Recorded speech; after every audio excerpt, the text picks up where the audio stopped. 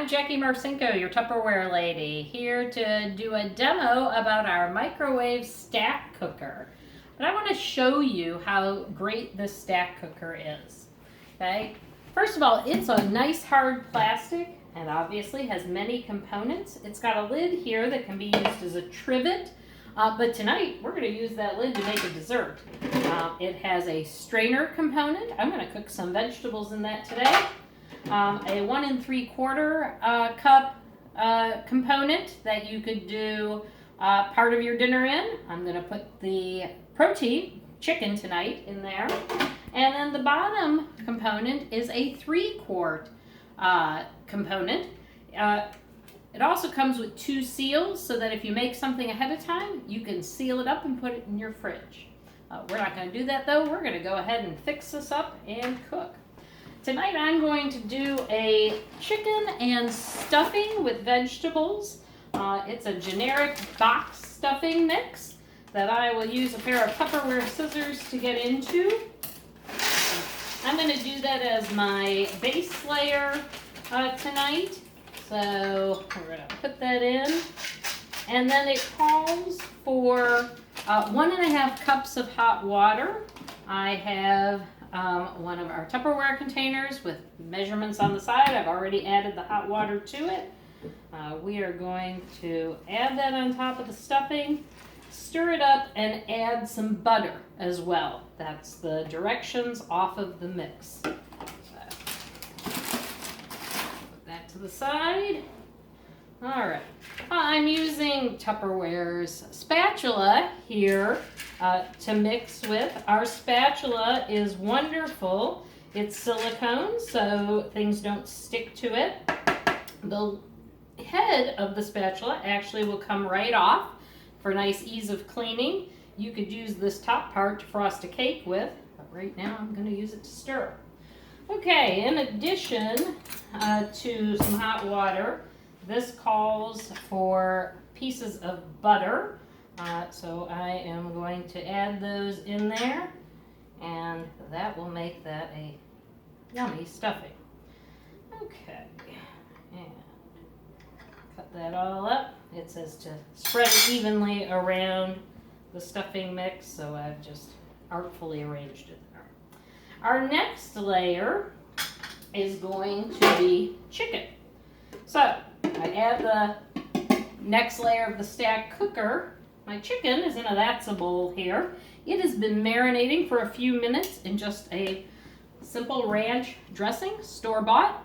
And I am going to add that around the edges of the stack cooker because microwaves cook from the outside in. So if you are cooking something in a microwave, if you can put it around the outside edge, that will help to make sure that it cooks evenly.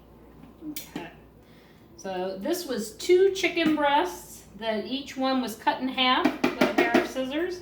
And then, as I said, put into that's a bowl. And I'm going to scrape what's left of this ranch dressing in on top of the chicken, since that will make a nice sauce. All right. And you can see how the spatula does a really nice job getting the bowl clean. Okay. Even if I don't do a great job in keeping my kitchen clean. All right. Put that to the side. My next layer is going to be just some frozen vegetables that I have here. And I am aware they are still frozen, so they will give off some liquid that, since I'm cooking it in the colander part, will leak down onto the chicken, but that'll just give it some extra moistness. Shouldn't be a problem. Okay, I am going to top my vegetables with a little bit of olive oil. Okay, some salt and pepper.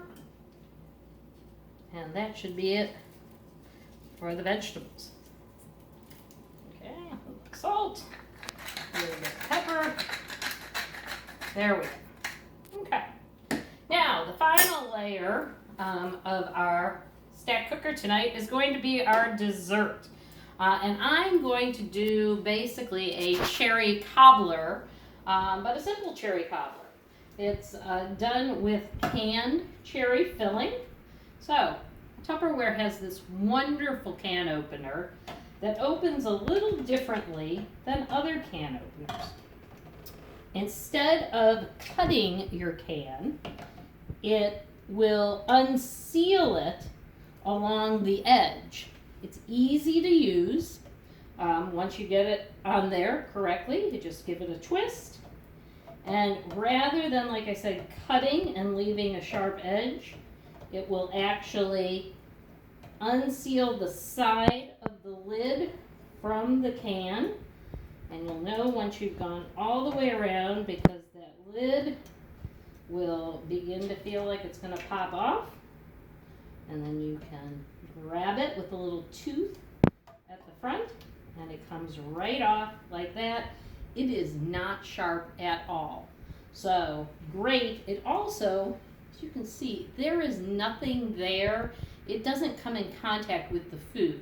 So you're not opening a can of cherries after having opened a can of tuna or a can of dog or cat food and contaminating your next meal with that. So the cherries, and I have another Tupperware spatula here to use. The cherries will go on top of our stack cooker.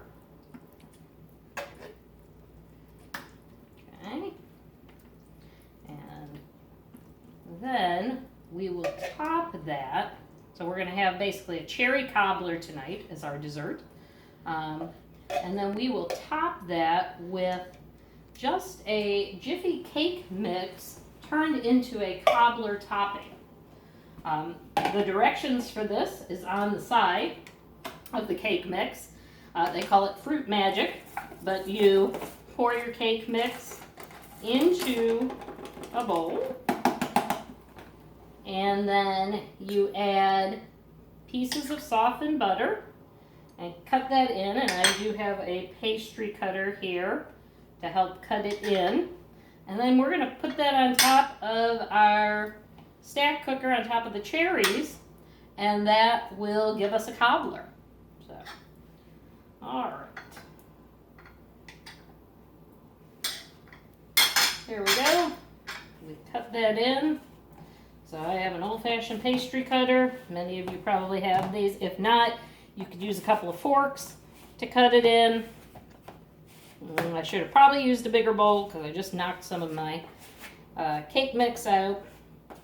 And once we have that all cut in, I'm going to put it on top. Pause. Okay, so I've got that all cut in there. I'm going to make sure I've got it off my pastry cutter so that the butter stays in the mix here. Get that out of there. All right. And we just pour that on top.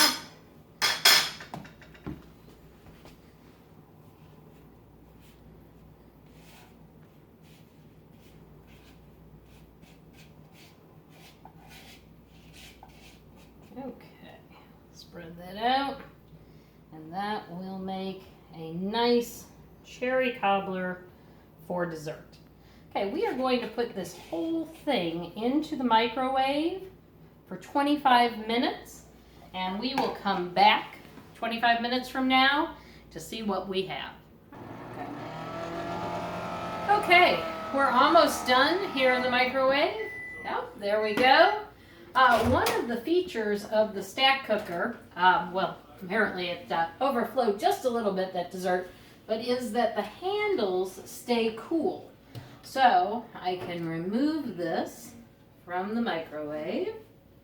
I'm going to bring that down here, and we're going to take it over to the counter here to take it apart and show all the components. So we have the dessert first here on top. Looks nice. Add a spoon to that. Looks like a little bit of it stayed dry, but most of it nice and yummy. So I'm going to move that over. Okay. Hey, we've got perfectly cooked vegetables. They look nicely cooked. Like I said, we put a little bit of olive oil, salt, and pepper on it. So those will be seasoned nicely. Move that there. There we have our chicken. It did get some of the liquid from the vegetables, but the chicken is fully cooked. I can tell by moving it around. And we have a sauce there that was created from the liquid from the vegetables and from the salad dressing. And finally, on the bottom, we've got our stuffing. We'll give it a toss to keep it from being so clumped together. And there we have it. 4-course dinner, stuffing, chicken, vegetables, and dessert. Bon appetit.